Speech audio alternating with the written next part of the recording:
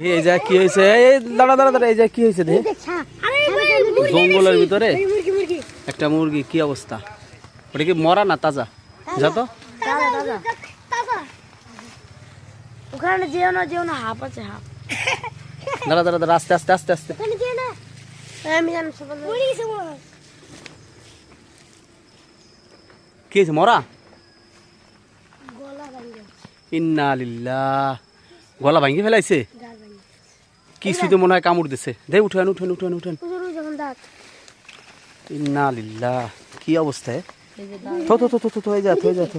সাপ সাপ না না না, সাপ না, কিছু মনে হয় কামড় দিছে রে। কুত্তা মনে হয়। হ্যাঁ রাত দিয়ে ধরিস না।